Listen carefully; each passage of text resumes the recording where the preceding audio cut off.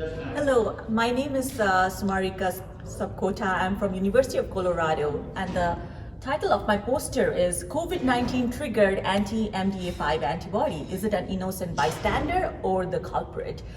So this is a case report on a 41-year-old male who has a past medical history of cold agglutinin disease and is on rituximab. He actually gets COVID-19 infection and presents to the emergency department with shortness of breath, tachycardia, tachypnea. And as we can see in this picture at the time of presentation, he has these dense consolidations on his CAT scan. So obviously the initial thought is this is COVID-19 pneumonia, so he gets treated with IV antibiotics, and he also gets remdesivir and Decadron. But as we can see in this picture, the course in terms of his respiration throughout his hospitalization continues to get worse. So as we can see here on day 21, and by this time he's already completed multiple courses of IV antibiotic. He's on IV Bactrim for the presumed PJP pneumonia infection, which ultimately turns out to be negative. He got a course of pulse dose steroid, and he's currently on high dose steroid, and he also gets a course of IVIG. But despite all these interventions, he's still on 60% FiO2, and the CAT scan is showing these areas of pneumomediastinum. He has ground glass opacities, so he continues to get worse. And we can see that on day 47, he is at this point of time on high dose steroid. He's on azathioprine for concern of ILD and ILD flare up, and he's still on 80% FiO2. And as we can see in this picture, there is presence of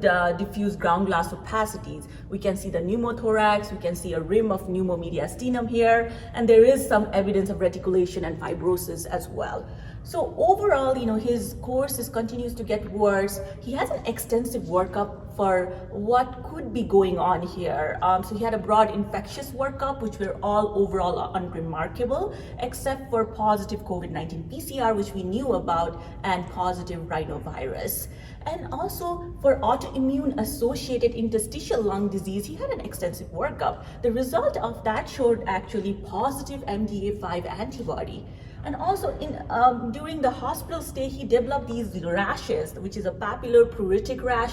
We get a skin biopsy of that shows evidence of interface dermatitis and perivascular lymphocytic infiltrate.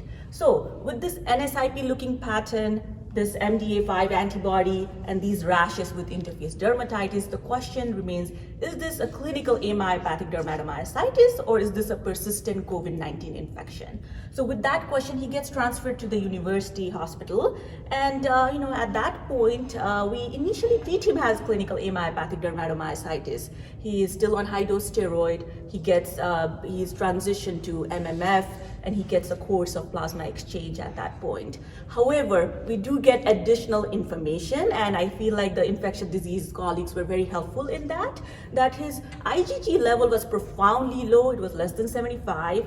He still has positive COVID-19 PCR, and remember, this is already 3 months out in his course. And the infectious disease docs recommended sending a reverse transcriptase PCR, which actually was consistent with active replication of COVID-19.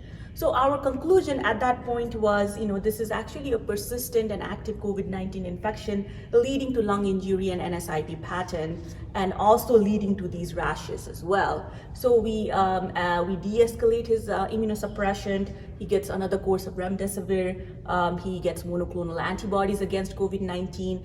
And at this point, he's doing better than what he was doing in the hospital. He's still on 3 liters of oxygen, still has some lung, he has quite a bit of lung damage, but he is on a pretty minimal dose of prednisone and overall recovering.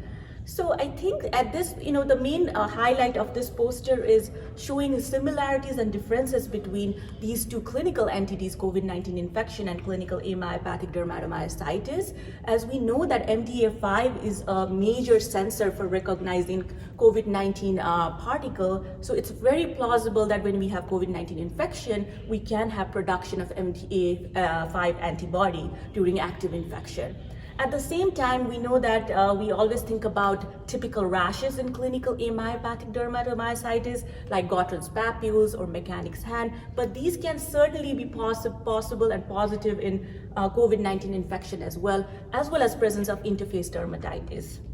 So I think it's key to recognize the similarities between two entities, and as a clinician, using our best clinical judgment to manage these patients who are complicated and such a heavy amount of immunosuppression. Thank you so much.